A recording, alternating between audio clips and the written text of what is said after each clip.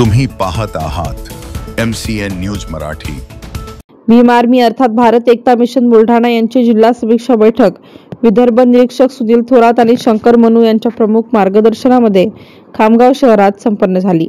या बैठकीला बुलढाणा जिल्ह्यातील प्रत्येक तालुक्यातून कार्यकर्ते उपस्थित होते। शेतकरी, शेतमजूर आणि विद्यार्थी यांच्या प्रमुख मागण्या व त्यांचे हक्क अधिकार वाचवण्यासाठी या समीक्षा बैठकमध्ये विशेष चर्चा करण्यात आली। तसेच आगामी काळात होऊ घातलेल्या स्थानिक स्वराज्य संस्थांच्या निवडणुकीबद्दल सुद्धा बैठकीमध्ये राजकीय सामाजिक विषय घेऊन बैठकीमध्ये चर्चा करण्यात आली। MCN न्यूज मराठी करिता शेख अजीज मोहम्मद, खामगाव। जोपर्यंत आपला नेता आपल्या जिल्ह्यामध्ये, आपल्या महाराष्ट्रामध्ये, आपल्या विदर्भामध्ये येईल तोपर्यंत आम्ही ताकद या प्रशासनाला दिसणार नाही।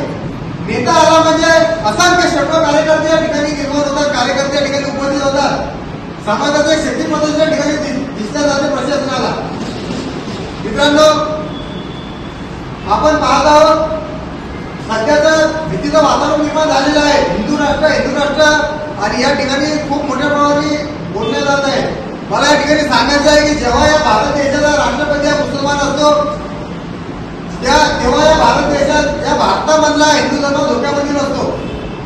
जेव्हा या भारत देशाचा पंतप्रधान शीख धर्माचा असतो तेव्हा या भारत देशाचा हिंदू धर्म धोक्यामध्ये नसतो।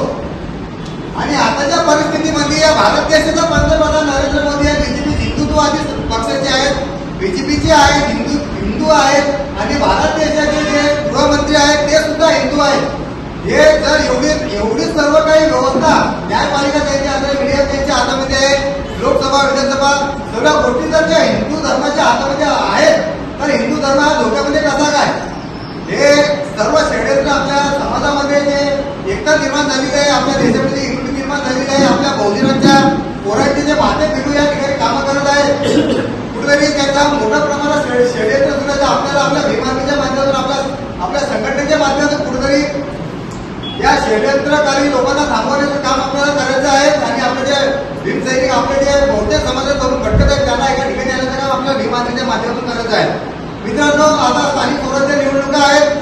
आता तुम्ही म्हणता की माझा निवडणुकीचा विषय कसा आला? मला ठिकाणी सांगायचं एवढंच विषय आहे की आपल्याजवळ ग्रामीण भागात जास्त प्रमाणामध्ये आहे।